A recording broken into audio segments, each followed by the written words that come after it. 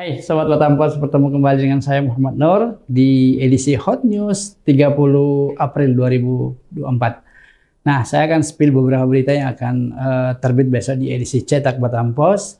Ada beberapa berita namun hanya sebagian kecil yang akan saya spill. Nah, tadi ada warga negara Singapura itu nyaris jadi amukan massa karena diduga akan menculik anak-anak. Dan beruntung warga bisa menyelamatkan dan teman-teman kepolisian cepat datang sehingga bisa diamankan dari amukan massa. Seperti apa? Apakah benar dia merencanakan untuk menculik anak-anak atau sekedar berbagi permen dengan anak-anak? Silakan simak besok beritanya di edisi cetak. Dan berita ini juga bisa disimak di laman batampos.co.id maupun di media sosial Batampos.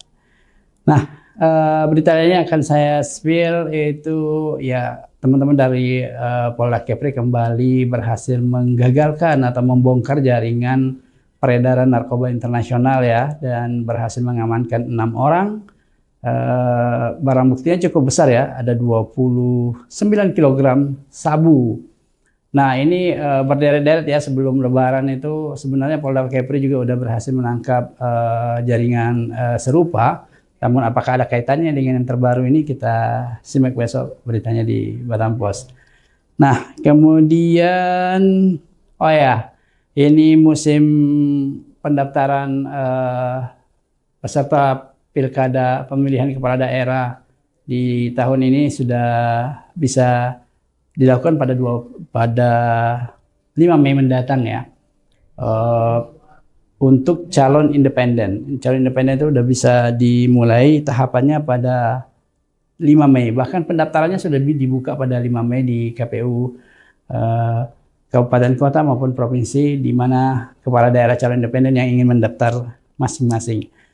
Nah, seiring dengan itu juga beberapa partai politik sudah melakukan penjaringan untuk calon kepala daerah, baik itu untuk calon wali kota maupun calon wakil wali kota.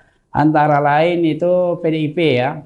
PDIP itu udah mulai melakukan penjaringan dan tidak menutup kemungkinan juga akan mengusung kader internalnya. Ada beberapa nama kader internal sudah mencuat, itu adalah Ketua DPRD Kota Batam saat ini Nurianto ya, yang pada pileg kemarin juga kembali terpilih untuk maju di legislatif. Nah, apakah nanti di pilkada akan maju atau justru putranya Pak Suryo Lespationo, si putra, juga akan maju, kita lihat nanti.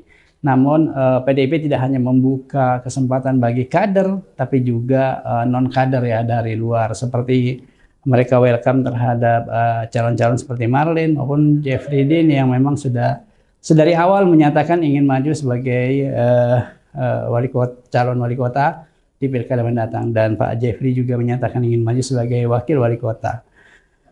Dan bukan hanya ini ya, bukan hanya PDIP yang sudah membuka penjaringan, tapi juga DPD Hanura juga sudah membuka kesempatan bagi warga Batam yang ingin maju di pilkada 2024 yang akan bergulir September mendatang. Silakan mendaftar ke partai-partai yang bersangkutan. Tapi tentunya partai punya syarat tersendiri ya. Pertama, elektabilitas yang terpenting atau tingkat popularitas, karena ini sangat berpengaruh terhadap pemilihan nantinya. Kemudian apa lagi ya? Ya, ada perkembangan baru juga soal komisioner Bawaslu Kepri ya, yang sebelumnya tertangkap menggunakan narkoba pada saat pada saat Ramadan lalu. Nah, sekarang dia dikenain wajib rehab selama 3 bulan karena terhitung sebagai pengguna. Oke, kemudian perkembangan juga terbaru soal kisru di Sekolah Yosudarso 3 ya. Sekolah Yosudarso 3 yang sebelumnya sempat disweeping warga dan sempat ada pemukulan kepala sekolah dan gurunya karena persoalan listrik. Nah, Senin tadi sudah mulai proses mengajar kembali normal ya. Sebelumnya kan semuanya dipulangkan untuk menghindari hal-hal yang tidak diinginkan karena ada sweeping warga tadi. Dan mudah-mudahan proses hukumnya juga segera berlangsung sehingga mereka yang melakukan pemukulan terhadap kepala sekolah dan guru bisa diproses hukum.